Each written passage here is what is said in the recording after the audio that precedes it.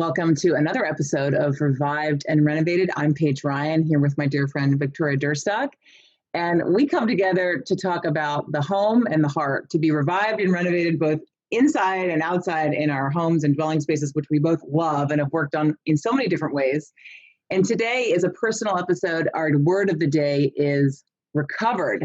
I love this word because it has a very light and airy and exciting sort of home connotation, and then it has kind of a deeper, darker, interior connotation. Where do you think we should start? Which end? Yeah, well, I mean, when we think about recovering furniture, like the idea of the bones of the structure of the sofa or the chair are still good. It's just that maybe the cover itself has gotten old or kid used and spilled and frayed, or it's maybe just out of date, but you can freshen it up and make it better without spending a ton of money. Like recovering furniture is actually not that expensive. It's not, and this is one of my. I think I've made a lot of DIY converts this way because it's so simple and it's so empowering. And once you've taken an old chair and made it prettier with fabric of your choosing and a staple gun, I mean, there's no going back. I mean, it's as you said, it's very economical, but it also has a lot of creative freedom where you are choosing that fabric. And staple guns are not very expensive and they're really fun to use. And it's also, so a lot of times when I'm working with someone, they just have a lot of fear of making a mistake, and they have a fear of buying something that they're not going to like, and they have a fear of having something in their home that they think they'll be stuck with. And this is sort of one of those things where you're not stuck, because if you want to change it again, you change it again. And there's even fabric remnants that are not very expensive, and you may go back to the old one.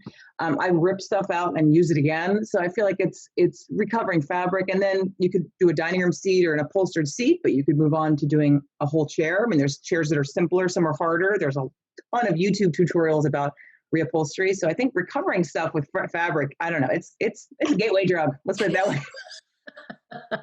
Well, and we even, we talked just before we went live was even the peel and stick wallpaper now. Like that's a game changer, because you can love a variety of things and have a little bit something different as you go. It's not a permanent change when you recover. Well, peel and stick wallpaper, it's the printing technology, and it's just incredible how many choices we have. And like you said, it's easier. I mean, traditional wallpaper is also not super hard, but more labor intensive. And I think that any kind of papering gives you that sense of personality. And once you know how to do it yourself, you feel more empowered to possibly change it out. If somebody messes it up or you change your mind, you can also do the back of a piece of furniture or just a section of a wall, or even a piece of furniture can be covered in these papers or these printed vinyl adhesive papers. And it's magic. And we're not talking about high skill DIY where there's no power tools. We're talking about fingertips, maybe a ruler, maybe a level, but it's, I don't know, empowering is really the word, I think, because you feel great doing it. Well, and I think it's funny you mentioned fingertips, because if a hot glue gun is involved, I lose multiple fingertips in the process. So give me the staple gun instead. That's much better. I think it's just even a reminder, even slip covers and I mean, there are simple things that can be done that can improve our homes quickly without a huge labor cost. I think maybe if we're tired of seeing something over and over and we want to replace it, but we don't have the budget for it, or maybe we're just not ready to make that commitment, to it being covered, we can recover something fairly quickly. It reminds me a lot of that verse in Psalms of how we're covered with his feathers. And that's one of my favorite verses because it talks about taking refuge under God's wings. It's Psalm 91:4. And it's a beautiful word picture, right? Of just being protected. And sometimes those slip covers will protect us from the kid spills and the other things. And that covering reminds me, maybe it's not a recover, but maybe it's just a covering of protection. Well, and I love that too, because I think even when you have small children or you've got your house gets used a lot, or maybe something's outside, to be able to use something that you like looking at and enjoy, even despite being in a messy season, I think is a lot of freedom. And I love that image of being under God's wing. And I think that's beautiful. And you said something in the beginning of our conversation today about when something has good bones, maybe the outside's a little shabby. Many moons ago when we first talked about having these conversations, that spoke to me because I feel like I'm that piece of furniture. And I was that person that just had a lot of work. There needed to be a lot of work, a real rehab needed to happen on me. But something was there that was redeemable. And of course, God knew that.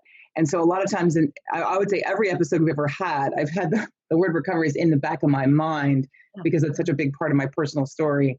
And I don't know if this is even the right moment to shift from staple gunning to 12-step recovery, but I'm not great at transitions, Victoria. I kind of jump right about. It makes sense to me. So let's do it. Let's go. I mean, because it is an important part of your story. Mm-hmm. It is what makes you, but it also relates to so many people who are probably in the same situation or face similar things with family. Right. And I this isn't really the place for me to do a deep dive into my story. I think I need a couple hours for that. But just to talk about, that's how I came to know God, is really through my brokenness and through, just being a very sensitive young person who felt that deep, deep ache, which I now know I call a God-sized hole. And I tried to fill it with a lot of stuff. I tried to fill it with, food, alcohol, spending, relationships, all kinds of other behaviors that were just seeking a solace and a comfort and a unity and they didn't fit the bill. Those things come up short every single time. And I think ultimately, as I said, a God-sized hole, there's only one answer for that ache and that emptiness and that longing and that hunger. Ironically, the word hunger is so apt, and it really is God. And that's something that I still wake up with, that hunger and that ache. But I know now I have better tools and I'm better equipped to answer that. And it is a lifetime journey. And so even for folks that don't maybe experience that or maybe haven't gone there with different addictions or different compulsive behaviors, I think we can all relate to that ache and not always knowing what to do with it. And maybe sometimes, picking something up that isn't good for us. And I think that, the idea of recovering, one day at a time and growing in our walk with God one day at a time, it's beautiful. It's like an old piece of furniture that needs a lot of work, but we're getting there. We're getting there slowly but surely. I mean, that's the story. I mean, that ultimately is what we're saying, is that we're not perfect in and of ourselves. We're not any better than anybody else. It's this, that, we've put ourselves out there and said, God, you take us. Mm-hmm. Good bones, maybe bad bones, whatever we have, and make us into your shape, into into our best, which can only happen with His help. And so recovery for you from addiction, recovery for the rest of us, maybe from hurts or habits or issues and hangups, the things that we have. I mean, 2020 has given us lots of fodder for that. I think we all need that rescue. And I think that was what was fascinating about looking into verses as we were approaching today's episode for recovery, was so many popped up with the rescue. Not necessarily that word recovery specifically, but just the rescue that we have from Jesus, into our lives. And that was such a beautiful picture for me too, that recovery really is about rescue.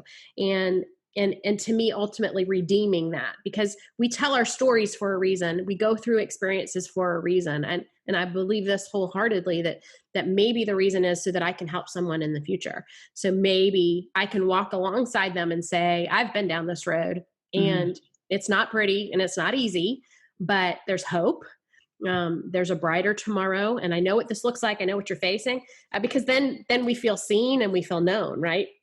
We feel like somebody has understood who we are. You mentioned this even with meetings, like with somebody knowing your name.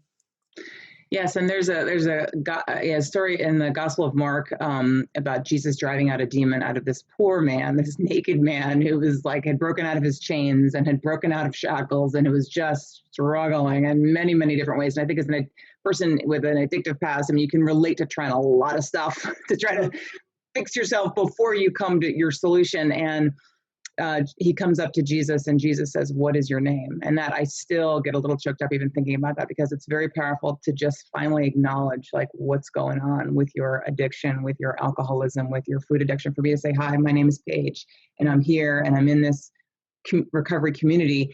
And I'm not saying it to actually a professional. I'm saying it to other people that are just like me and that really know it, and to be known in that way, and to also know it yourself. It's very, very powerful. And I think in that particular story, Jesus says he's completely cured, and people are so frightened by how different this man becomes when he has been cured by Jesus that they were frightened. And he says, "Go home and tell your family," and to tell your family what happened. And I think that we don't always think, I'm not going to shout from the mountaintops about my recovery story, but I do think that God has asked me to share my story so that I can potentially, there's somebody listening who might be sort of aching or seeking recovery for themselves or someone in their family, like you said, or just that's really the purpose of getting well. It's not cash and prizes. It's so that I can be more useful to my Creator, and that I feel like is such a beautiful thing, because I think a lot of times part of that ache is not knowing what our purpose and the meaning is, but just to be more useful to my Creator is, to me, like the sum purpose of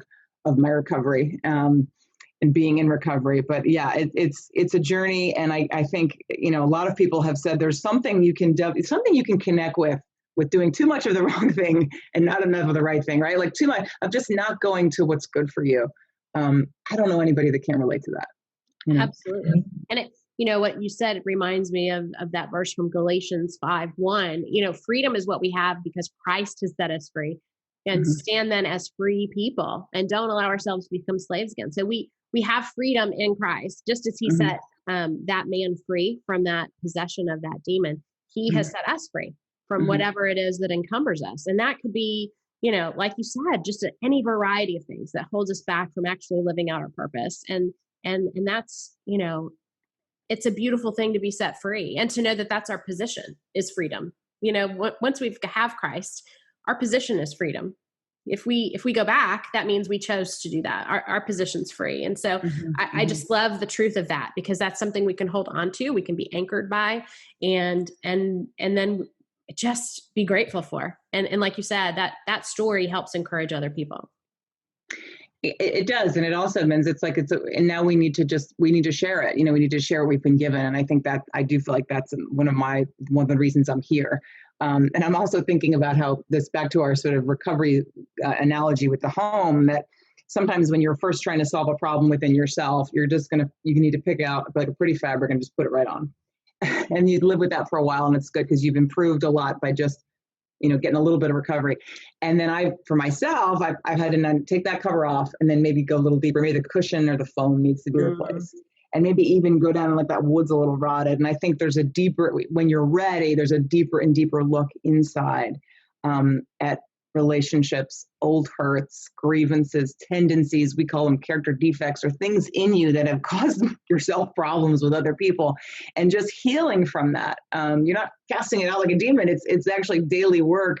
Maybe if Jesus was here right now, he could do that for me, but in absence of him being here right now, it's daily work at looking at just working on ourselves and the parts of us that are very, very human, but somehow have created conflict and problems in our lives. And it's beautiful. And it's done in community. That's the other thing. Somebody said, isn't that a self-help group? I said, I don't know what that means, but all I know is that 12-step recovery is very Christian in my mind, because it is very much about community and is about lifting each other up.